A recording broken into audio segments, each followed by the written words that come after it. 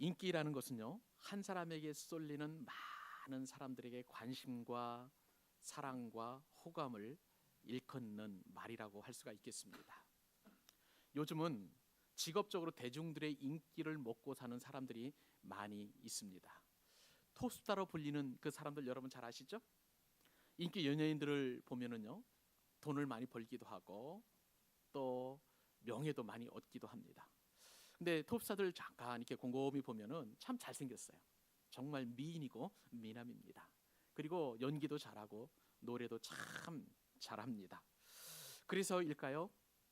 지난해 한국과 미국과 일본의 세 나라에 우리 어린이들 그리고 또 다음 세대 아이들이 가장 선호하는 그 희망 직업이 무엇인가를 조사를 했는데, 다른 나라는 아닌데 우리나라는 특별히 여자 초등학생들은 그 선호하는 직업 1위가 바로 연예인이었습니다.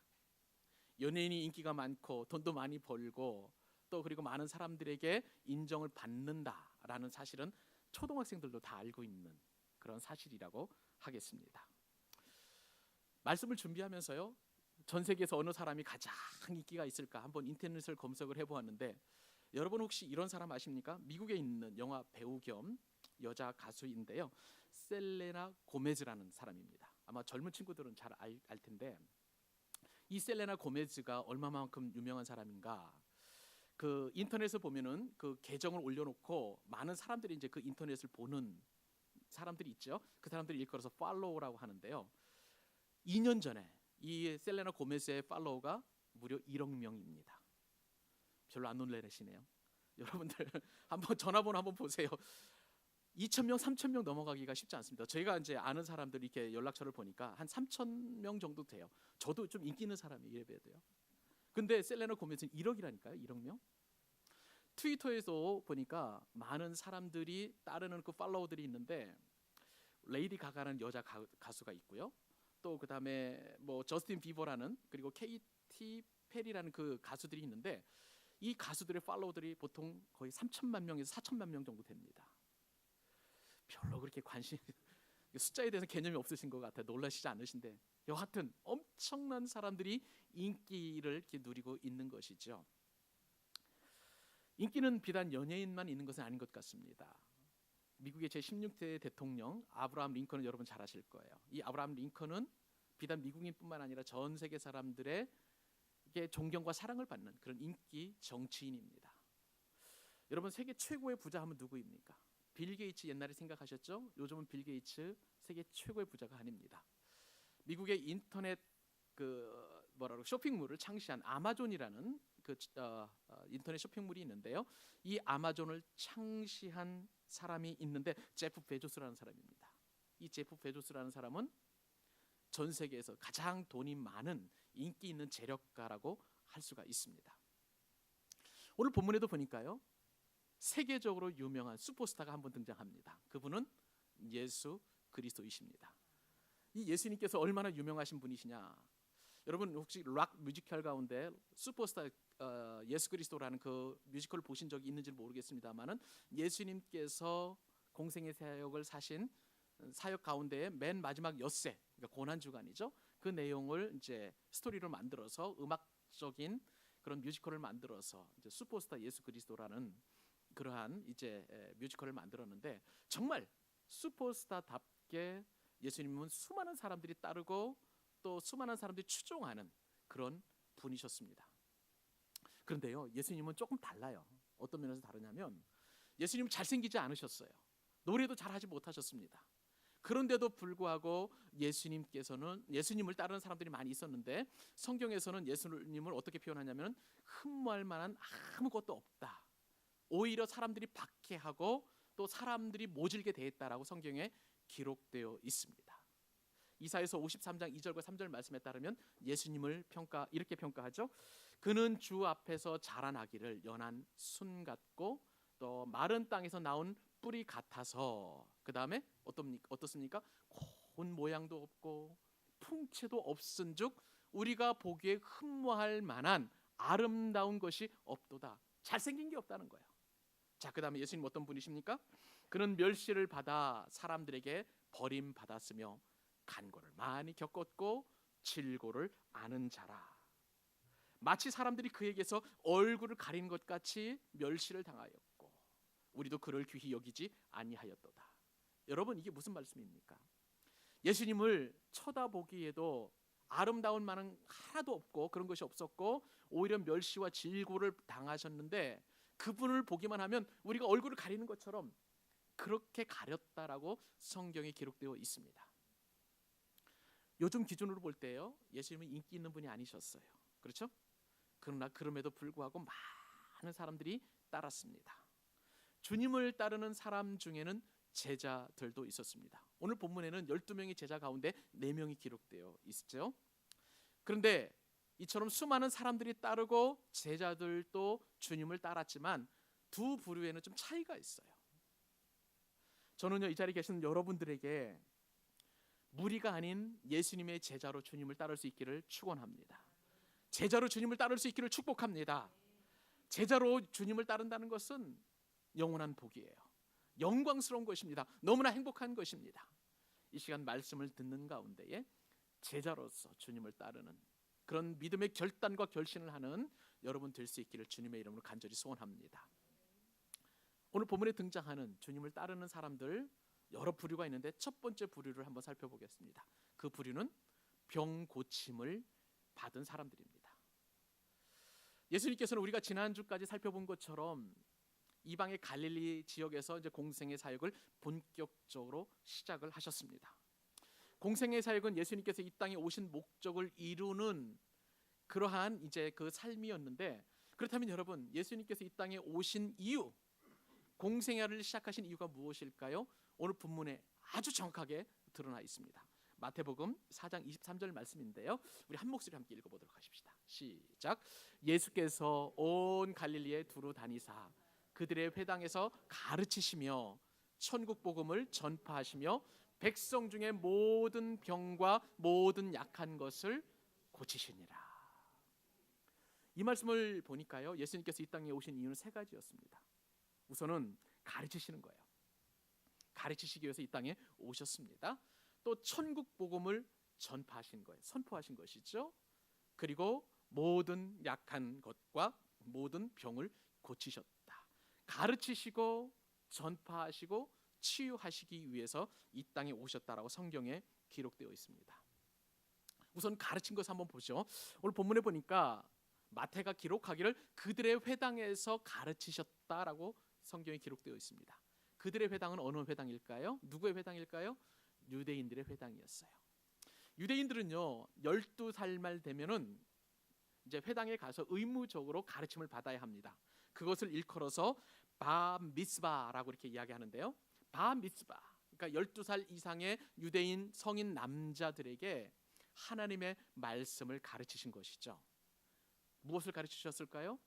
그때 당시에는 성경이 다 기록되어 있지 않았기 때문에 모세오경, 토라라고 보통 이야기합니다.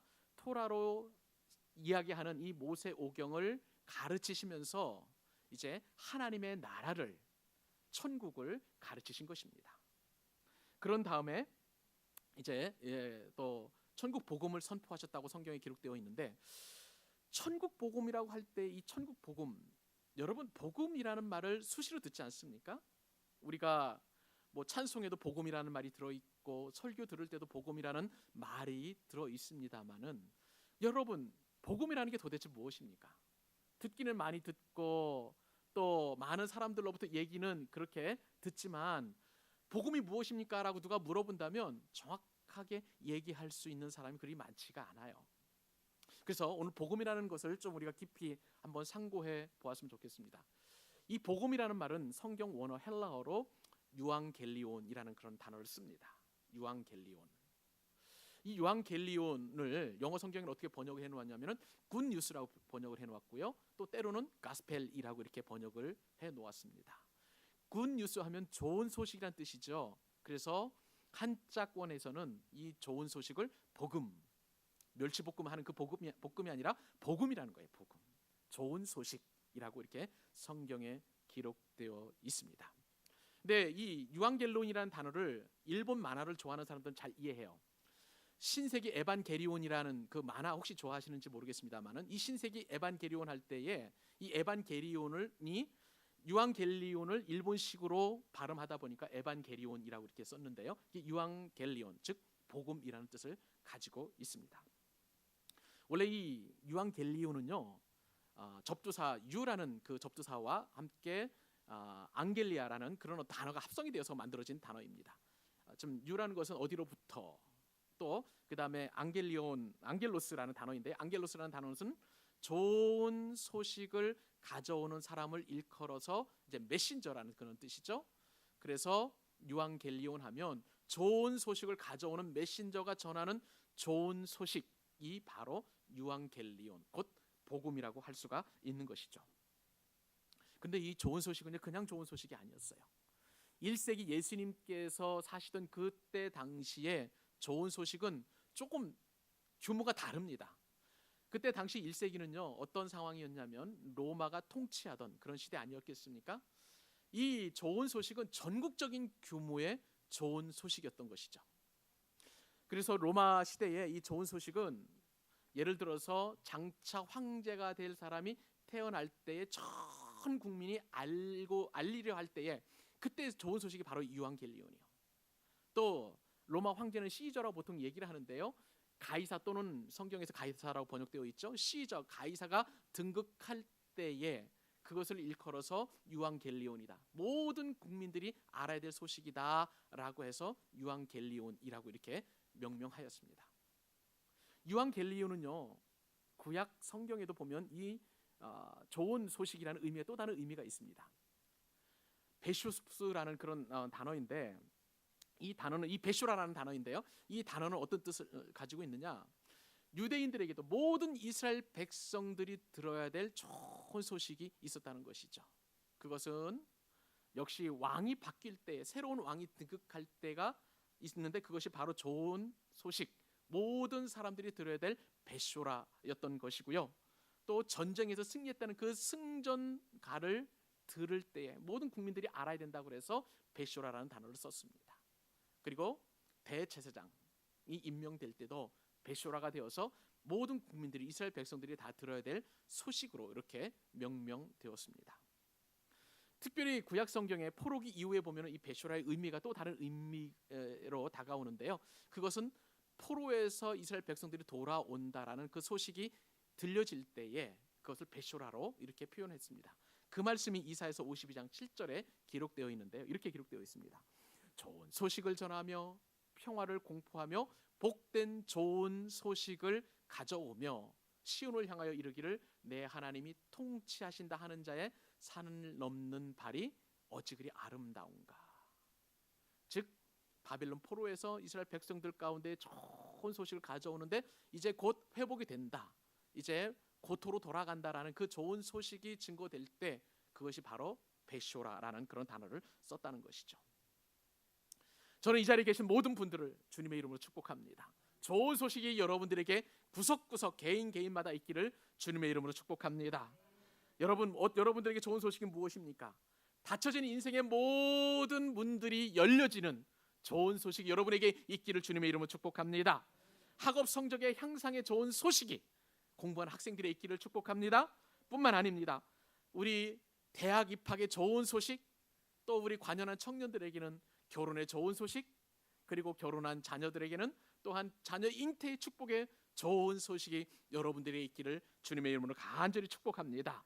또한 어떤 좋은 소식이 있을까요? 취직의 좋은 소식도 있을 것입니다.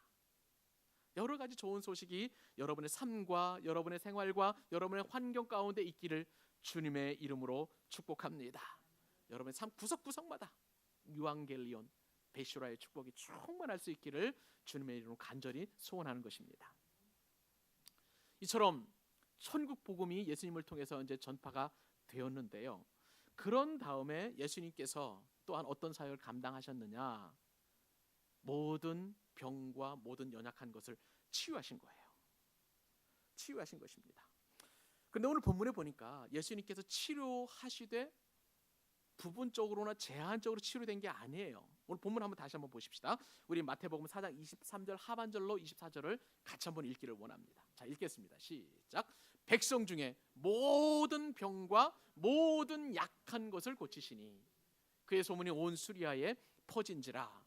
그의 소문이 온 수리아에 퍼졌는데 사람들이 모든 앓는 자 곧 각종 병에 걸려서 고통당하는 자나 귀신 들린 자나 간질하는 자 중풍병자들을 데려오니 그들을 고치시더라. 예수님은 모든 병과 모든 약한 것을 고쳤습니다. 할렐루야. 주님께서 모든 약한 것과 모든 병을 고치셨다라고 성경에 분명히 기록되어 있습니다.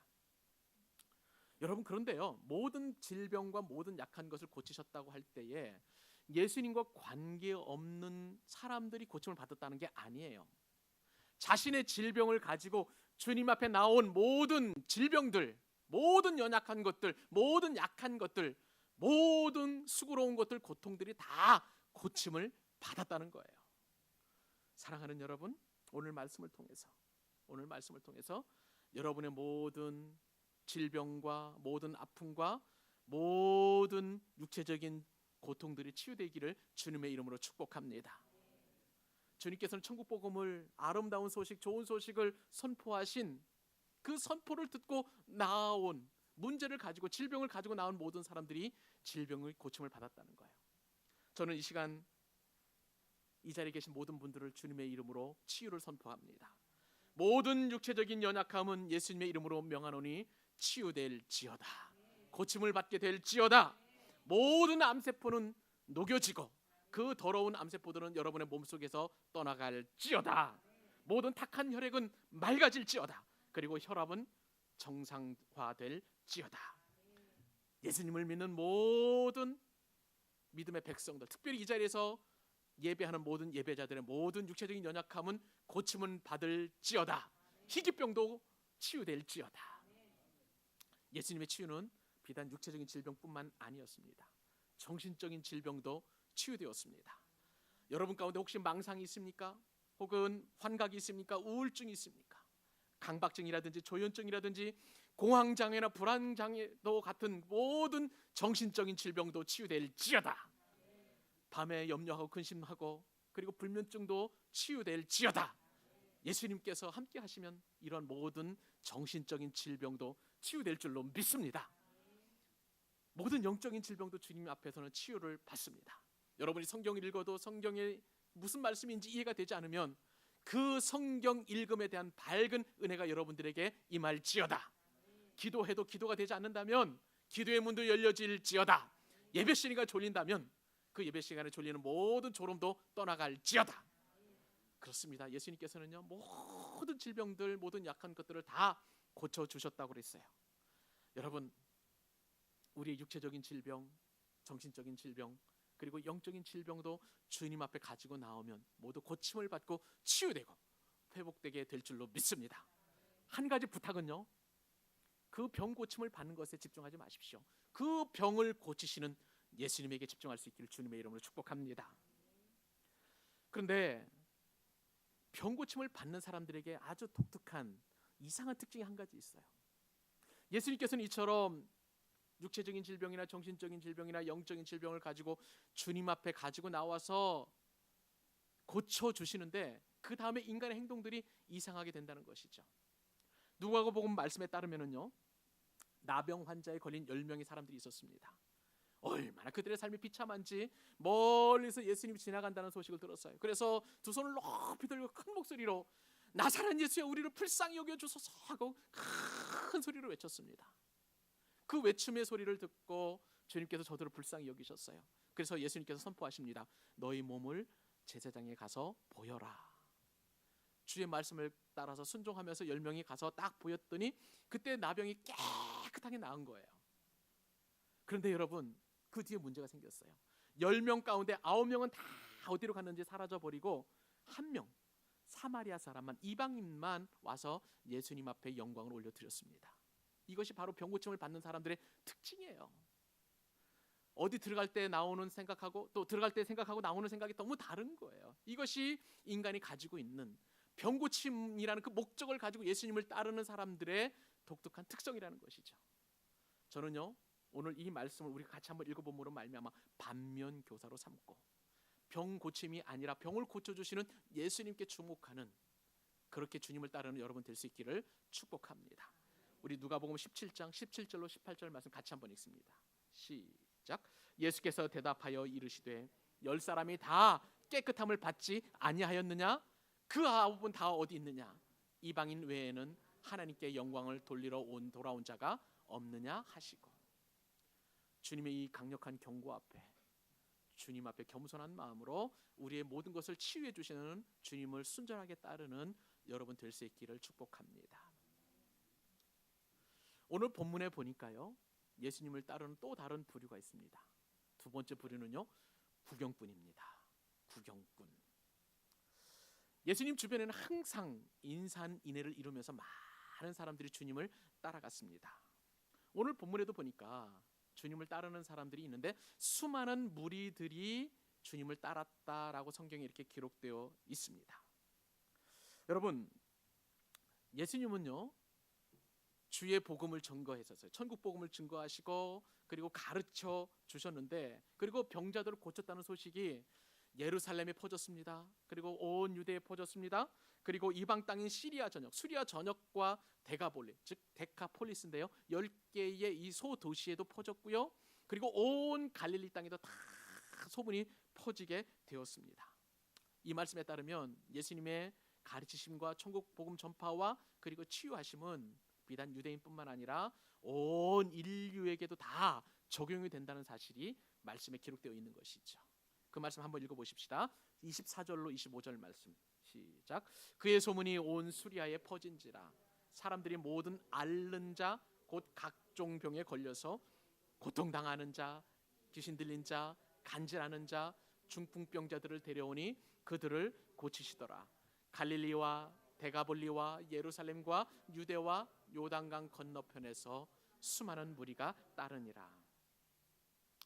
그런데요, 여러분, 이처럼 수많은 무리들이 예수님을 따라갔는데 구경꾼도 따라가는 사람들이 있었습니다. 구경꾼은 어떤 사람입니까?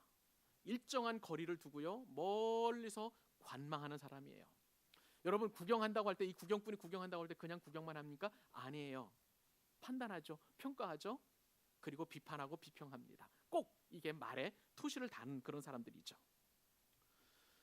저는 이 구경꾼, 수많은 사람들 가운데, 예수님을 따르는 무리들 가운데 이 구경꾼을 바라보면서 놀랍게도 예배에도 구경꾼이 있다는 사실을 생각해 보게 되었습니다. 찬송을 해도 구경꾼이 있어요. 기도를 해도 구경꾼이 있습니다. 하나님의 말씀을 듣는데도 구경꾼이 있을 수 있습니다. 봉사에도 구경꾼이 있다는 것이죠. 사랑하는 여러분, 우리가 예수님을 본다고 해서, 예수님의 가르침을 듣는다고 해서 모두가 다 구원받는 것은 아닙니다. 모두가 다 예수님께서 예정해 놓으신 놀라운 복을 받는 게 아니에요. 구경꾼 입장에서는 절대 우리가 구원에 참여할 수 없는 것이고요, 또 예수님께서 허락하신 복도 받을 수 없다는 것을 명심할 필요가 있습니다. 이게 구경꾼의 한계예요. 요즘 한국 교회를 보니까 아주 이상한 풍토가 흐르고 있습니다. 교회에 깊이 빠지지 말라는 그런 얘기들이 많이 하고 있어요. 목사님과도 가까이 하지 말라는 거예요. 많이 알면 다친다는 것입니다. 상처받는다는 것입니다. 아니에요, 여러분, 그렇지 않습니다. 나쁜 데 빠져서 그렇지 좋은 데는 푹 빠져야 되는 것입니다. 예수 그리스도에 푹 빠져야 우리는 신앙생활에 향상이 있을 수 있고, 주님을 더 깊이 만나고 주님과 교제해야 우리의 믿음이 더 커지고 주님께서 약속해 놓으신 아름다운 복도 받을 수 있는 것입니다. 신앙생활 잘하는 것은 다른 비결이 없어요. 예수님께 푹 빠지면 신앙생활을 잘하는 것입니다.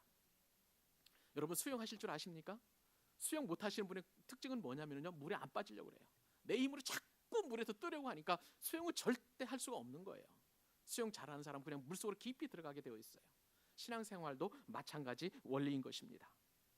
여러분, 교회 들락날락 했지만 천국에 갈 수 없다면 얼마나 큰 비극이겠습니까? 교회 왔다 갔다 하지만 은혜 받지 못한다면 이것만큼 불행한 일이 어디 있겠습니까? 이 주일에 집에서 쉬면 육체적인 편안함이라도 있지요. 여러분, 몸과 마음을 이곳으로 오셔서 하나님께 예배 드리는데 그 예배 가운데 은혜를 받지 못한다면 이것만큼 큰 불행한 일은 없는 것이죠. 여러분, 이것은 바로 비극 중의 비극이에요. 누구의 비극입니까? 바로 구경꾼의 비극인 줄 여러분 믿으시기 바랍니다. 설교는요 교양 강좌가 아닙니다. 여러분 복음은 교양이 아니에요. 천국이냐 지옥이냐를 갈라놓는 갈림길이에요. 축복이냐 저주나를 갈라놓는 갈림길입니다. 그러므로 우리가 하나님 앞에 예배할 때 구경꾼으로 서면 안 되는 거예요. 은혜의 자리 앞에 나와서 구경하고 관망하는 자세를 보면 우리는 하나님의 은혜의 복 안에 들어갈 수 없는 것이죠. 요한계시록에 보면은요 구경꾼 교회가 있었습니다. 라오디게아 교회였어요. 그런데 이러한 구경꾼 라오디게아 교회에 주님께서 얼마나 강력한 책망을 하시는지 간담이 선언할 정도예요. 여러분 이 말씀을 우리의 반면교사로 삼아서 구경꾼이 아닌 주님을 순전하게 따르는 여러분 될 수 있기를 축복합니다. 요한계시록 3장 15절 16절 같이 한번 읽겠습니다. 시작. 내가 내 행위를 아노니 내가 차지도 아니하고 뜨겁지도 아니하도다. 내가 차든지 뜨겁든지 하기를 원하노라. 내가 이같이 미지근하여 뜨겁지도 아니하고 차지도 아니하니 내 입에서 너를 토하여 버리리라. 두려운 말씀이 우리의 마음 가운데 새겨져서 구경꾼이 아닌 진정한 참여자, 은혜의 수요자가 될 수 있기를 축복합니다. 오늘 본문에 보면 마지막 세 번째 부류의 사람들이 있습니다. 그 사람들은 바로 예수님께서 손수 선택한 제자들인 것입니다. 이들은요 일반적으로 주님을 따랐던 무리들과 다른 점이 한 가지 있었습니다. 그것은 주님께서 직접 선택하셨다는 것이죠. 그 말씀 바로 18절과 그리고 21절 말씀에 있는데 같이 한번 읽어보십시다. 시작. 갈릴리 해변에 다니시다가 두 형제 곧 베드로라 하는 시몬과 그의 형제 안드레가 보고 그들은 어부라. 주님께서 그들을 부르신 것이죠. 그 다음에 21절 시작. 거기서 더 가시다가 다른 두 형제 곧 세베대의 아들 야고보와 그의 형제 요한이 그의 아버지 세베대와 함께 배에서 금을 깁는 것을 보시고 부르시니. 여러분 오늘 본문에 보니까 이 말씀에 보면은 확연한 차이점이 있죠. 제자들을 어떻게 하셨습니까? 주님께서 보셨어요. 그리고 부르셨다는 것입니다. 선택하셨다는 것이에요. 여러분 주님은요 친히 천국 백성을 부르시는 분이심을 여러분 믿으시기 바랍니다. 주님께서 이 땅에 오셔서 공생의 사역을 통해서 하나님 나라라는 천국 복음을 가르치시고 선포하셨어요. 하나님 나라는 이제 선포가 되었습니다. 그런 다음에 그의 백성들을 이제 만드시는데 어떻게 만드시느냐? 주님께서 직접 선택해서 부르신다는 사실입니다. 사랑하는 여러분, 이 자리에 계신 한 분 한 분들이 다 주님께서 선택하시고 주님께서 부르신 분이심을 여러분 믿으시기 바랍니다. 여러분 이것이 너무나 중요한 사실이에요. 내가 만약에 교회에 오고 싶어서 오고 내가 만약에 예수님을 믿고 싶어서 믿는다면 내가 싫으면 교회 안 옵니다. 내가 싫으면 하나님 앞에서 예배 드리지 않아요. 하나님께서 선택하셨기 때문에 나왔다는 사실을 여러분 믿으실 수 있기를 바랍니다. 성경은 이 사실을 분명하게 말씀하고 계세요. 우리 한 사람 한 사람에 대해 하나님의 부르심이 있었습니다. 이사야서 43장 1절 말씀입니다. 야곱아 너를 창조하신 여호와께서 지금 말씀하시느냐. 이 야곱이라는 것은 여러분 한 사람 한 사람들의 이름이에요. 이스라엘아 너를 지으신 이가 말씀하시느니라. 너는 두려워하지 말라. 내가 너를 구속하였고 내가 너를 지명하여 불렀나니 너는 누구 것이라? 내 것이라. 하나님의 것이라는 거예요. 하나님께서 지명해서 불러서 손수 하나님의 것으로 만들어 주셨습니다. 여러분 이것이 왜 축복이 될까요? 내가 하나님을 선택한 것이 아니라 하나님이 나를 선택했다는 것은요 하나님께서 나를 책임지신다는 엄청난 보장이 약속되어 있습니다. 모든 것을 나를 택하신 그 하나님께서, 나를 선택하신 그 예수님께서 지금부터 영원까지 다 책임져 주신다는 거예요. 그래서 이사야서 말씀에 따르면 우리가 강을 건널 때 물이 우리를 침범하지 못한다. 내가 불 가운데 지날지라도 불이 우리를 불태우거나 혹은 불이 우리를 태우지 못하도록 그렇게 하시겠다고 분명히 약속해 주신 것이죠. 여러분 나를 부르신 하나님께서 나의 구원자가 되시기 때문에 우리는 상함도 받지 않고 해함도 받지 않게 될 줄로 믿습니다. 그리고 그 보호하심과 그 도우심은 세상 끝날까지 우리와 함께 하시마 분명히 약속해 놓으셨어요. 이러한 하나님의 선택을 받은 우리들에게는 놀라운 특권들이 있습니다. 그 특권이 네 가지인데요. 첫 번째 특권은요, 하나님이 우리와 함께 하신다는 거예요. 하나님이 우리와 함께 하신다는 말을 성경에서는 임마누엘이라고 하십니다. 하나님이 나와 함께 하신다. 임마누엘 하신다. 하나님께서 나와 함께 하신다는 것은 그냥 함께 하시는 것이 아니에요. 우리의 모든 대소사에 함께 하시는 줄 믿으시기 바랍니다. 내가 가난해도, 내가 부족해도, 내가 연약해도, 내가 즐거울 때도, 기쁠 때도, 슬플 때도 임마누엘 하시는 하나님께서는 나와 함께 하시는 줄로 믿습니다. 이것이 바로 택하신, 주님께서 선택받은, 주님이 손수 택하신 저와 여러분이 누리는 놀라운 특권이에요. 이 특권을 받고 나와 함께 하시는 하나님과 동행하는 기쁨을 누리실 수 있기를 주님의 이름으로 축복합니다. 주님께 선택받은 제자의 두 번째 특권은 무엇일까요? 우리에게 하실 일을 주셨다는 거예요. 하실 일. 하나님께서 우리에게 하실 일을 주셨다. 그 일을 감당할 때 그것을 무엇이라고 하냐면요, 사명이라고 합니다. 사명, 미션이죠. 미션. 여러분, 사람이 잘 산다는 게 뭘까요? 우리가 밥 잘 먹고 잠 잘 자고 건강한 게 잘 사는 것입니까?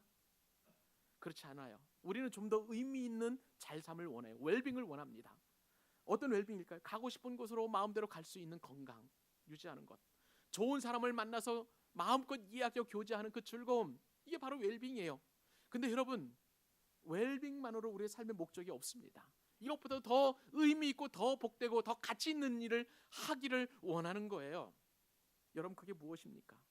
내가 이 일을 하면 성취감을 느끼고 만족감을 느끼고 행복감을 느끼는 그 도대체 일이란 무엇일까요? 하나님께서 우리에게 주신 일을 할 때 우리는 이러한 인생의 만족과 행복과 성취감을 느끼게 될 줄로 믿습니다. 그것이 바로 사명인데, 오늘 본문에 보니까요, 주님께서는 손수 자신의 택한 제자들에게 이 사명을 주셨습니다. 그 말씀이 바로 4장 19절 말씀인데 같이 한번 읽어봅시다. 시작. 말씀하시되 나를 따라오너라. 내가 너희를 사람 낚는 어부가 되게 하리라. 여러분, 주님께서 우리에게 가장 좋은 일, 복된 일, 그것은 바로 사람을 낚는 어부가 되게 해서 사람을 낚는 거예요. 이것을 쉬운 말로 말하면 전도라고 할 수가 있습니다. 여러분, 예수님께서는 우리를 제자로 삼아주시고 세상으로 보내신 줄 믿으시기 바랍니다. 그 세상에서 사명을 감당할 수 있도록 우리에게 하실 일을 주신 줄 믿으시기 바랍니다. 여기서 세상은 어디입니까? 여러분의 사업장이에요. 여러분의 직장이에요. 여러분의 가정이에요. 그리고 여러분과 만나는 모든 사람들이 바로 여러분의 세상인 줄 믿으시기 바랍니다. 그리고 여러분이 인터넷 가상 공간도 여러분의 세상이에요. 그 세상에서 우리는 무엇을 해야 합니까? 사명을 감당해야 하는데, 전도하는 것, 한 영혼을 주께로 돌아오는 게 하는 일에 우리가 쓰임을 받을 때 우리는 가장 인생에 복되고 영광스러운 그러한 만족을 느끼게 될 수 있는 것이죠. 그렇다면 여러분, 전도는 무엇입니까? 의무일까요? 봉사일까요? 아니면 특권일까요? 전도가 의무라고 할 때 많은 사람들이 그렇게 생각을 합니다. 의무라는 것은 뭐예요? 반드시 해야만 하는 거예요. 그러나 하지 않으면은 위법한 사실이 되어서 그에 따른 마땅한 책임을 져야 되는 것입니다. 전도가 의무라고 하면 우리에게 참 너무나 부담스러워요. 전도가 봉사라고 할 때 봉사는 또 어떻습니까? 내가 해도 되고 안 해도 되는 거예요. 하면 성취감을 느낄 수 있고 즐거울 수 있습니다. 하지 않아도 그렇게 별 문제가 되지 않는 거예요. 전도는 그런 게 아니죠. 그렇다면 전도는 무엇입니까? 특권이에요. 특권이라는 것은 선택받은 사람만이 할 수 있는 아주 귀한 일인 것입니다. 여러분, 우리가 전도라는 이 특권을 감당할 때, 예수님의 제자로서 이것을 감당할 때에 하나님께서는 우리에게 기쁨을 주십니다. 우리에게 보람을 느끼게 하십니다. 우리에게 성취감을 느끼게 하십니다.